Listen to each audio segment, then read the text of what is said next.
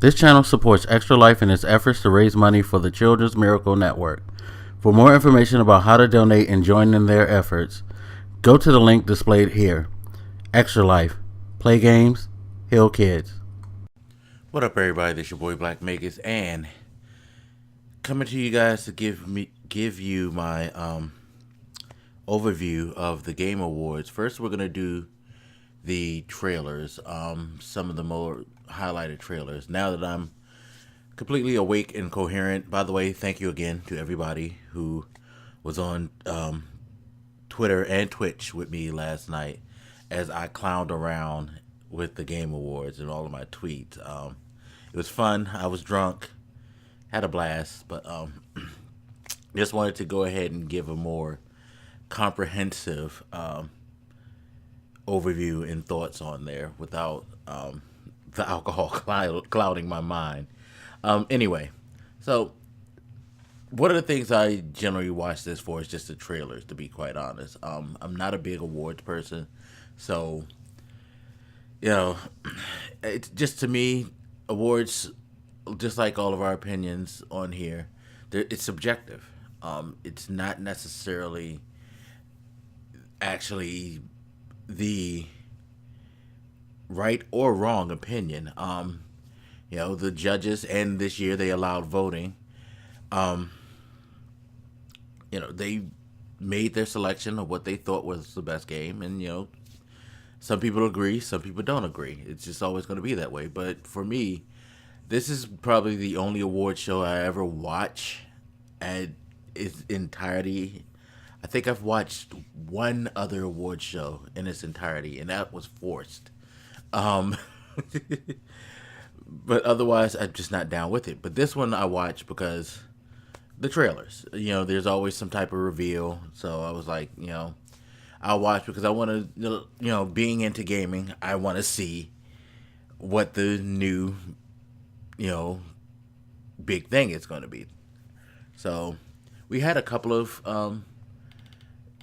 world premieres that piqued my interest, but for the most part, I didn't think these trailers were that great. And I'm not trying to be a contrarian, but it's just I don't think that this year's gaming awards, trailer wise, was as solid as it has been in the past. Could be that a lot of these companies now are holding things off to do their own thing, or again, this coming a couple of days before PSX, the PlayStation Experience, might have made it so that certain things couldn't be put on there because Sony may have negotiated to have them on their stage. Sony did say they're going to have a lot of new stuff to announce, so it could be that, a lot of places drew back to be at PlayStation Experience for their announcements. We'll see, though. We will definitely see what happens over the weekend. Plus, again, a lot of independent stuff. They may be saving things closer to release dates these days, which I think is very, very smart for a lot of people to do. So it's just, you never know. But let's go over the trailers. I pulled up the 11 biggest announcements and trailers from the 2017 Game Awards from TheVerge.com, and they kind of mirror the things that stood out mostly to me. That's why I'm giving them credit for this, because they had the list that kind of compared with my thoughts. First off, they talk about the Death Stranding trailer. Everybody was hyped and mystified and dumbfounded and excited and charged up and bewildered by Hideo Kojima's latest trailer for Death Stranding. That man evokes a lot of different emotions and opinions, and I guess maybe that's part of his quote-unquote genius, is that it was weird looking at my timeline. You saw people talking about, this is the greatest thing ever, I can't wait. People talking about, what the fuck is this nonsense? I was kind of like on the what the fuck side of things myself. But It's very polarizing and very interesting. The thing with the baby being inside of Norman Reedus's like throat with the thumbs up after sucking it on his thumb, it was just extra trippy. People. I don't know if you paid attention like I did, but the guy who was trapped under the ship, how he continually aged and got older, and like, why is he aging so rapidly, stuck under this goddamn thing? What the fuck is going on? Is it because he don't have his mask on anymore and the air is fucking with him? Um, what were those things that were in the shadows that they were sensing and they had to put their hands over their mouths for? Um, uh, just so many goddamn questions that I had. And now, I mean, the internet's on fire. People have fan theories. I woke up this morning to one that said that they think that those things are just psychomantis, um, which would be odd and highly doubtable because Konami owns the Metal Gear franchise and he can't just stick in characters. Of course, he could stick in people who resemble or emulate those characters, but yeah, it's gonna be interesting. He's gonna tease the fuck out of us for another year probably, and then you'll finally get a 2019 release date for that shit. And who knows? It would be very interesting though if they do something at PlayStation Experience to do a release date.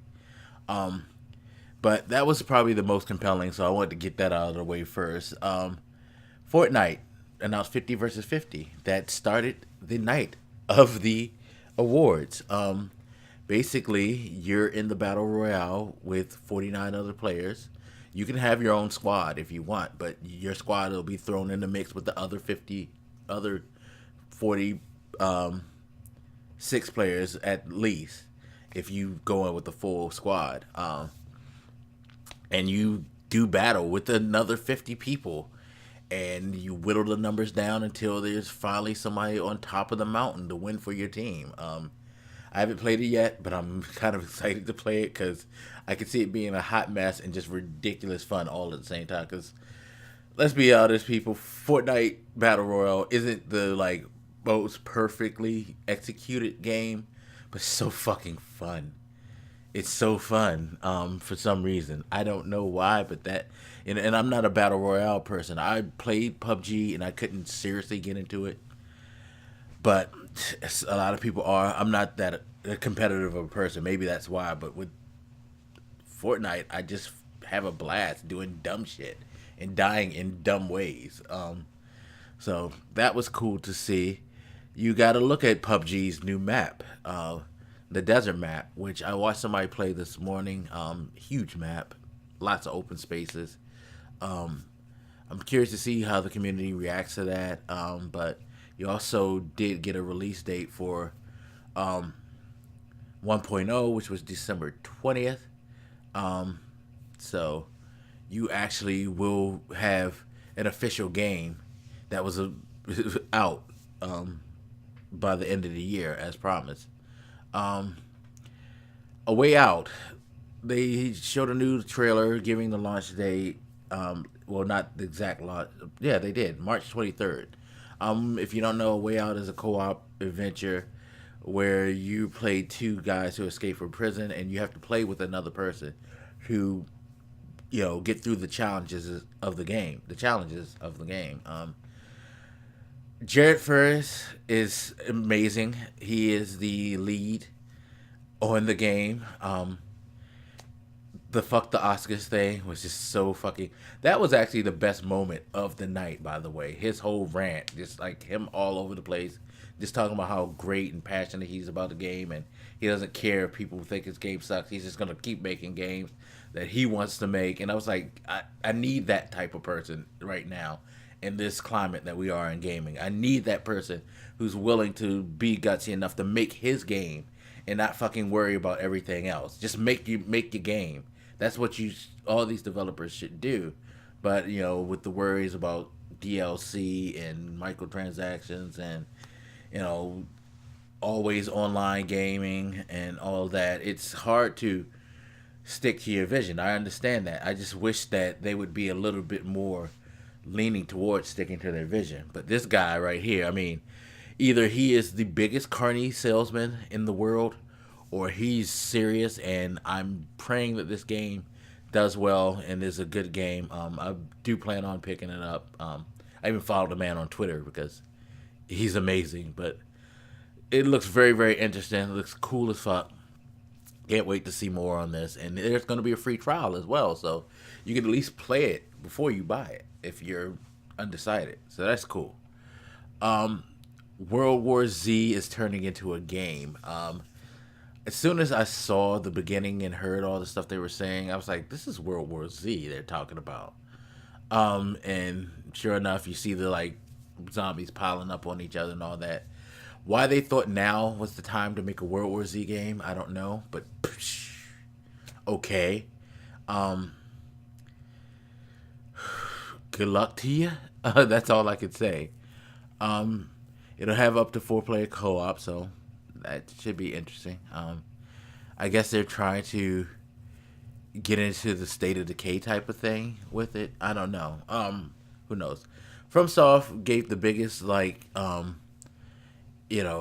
dry hump of the night, I guess you could say, but just a short, tiny teaser for what a lot of people were wondering: is this a new Dark Souls games? Is this the next Bloodborne game? What the fuck are they doing? Again, as I said last night, I really do believe that this is something that you're going to see prevalently at the PlayStation Experience. I do believe this is probably some type of sequel or new franchise in the vein of Bloodborne. So we'll see. We'll see what happens with that. What else? Campo Santos. They are coming out with a new game. The creators of Firewatch are coming out with a game called Valley of the Gods, which is set in Egypt. It seems to be set sort of in the early 1900s, because you see the old time camera, the box camera, and things like that they use in there. It looked pretty interesting. Don't know exactly what it's going to be about, but if it's anything like Firewatch, it probably will be a very interesting story. Breath of the Wild got an expansion last night. You can play as different heroes, I believe, the Champions Ballot, or you interact with them. They didn't really get too detaily with it. The only thing I seriously paid attention to was the fact that Link has a goddamn motorcycle, which is cool as fuck. It looks cool as hell. But it's good that Nintendo's doing this and they're expanding upon this game, and they're expanding. It looks like they're expanding upon it right.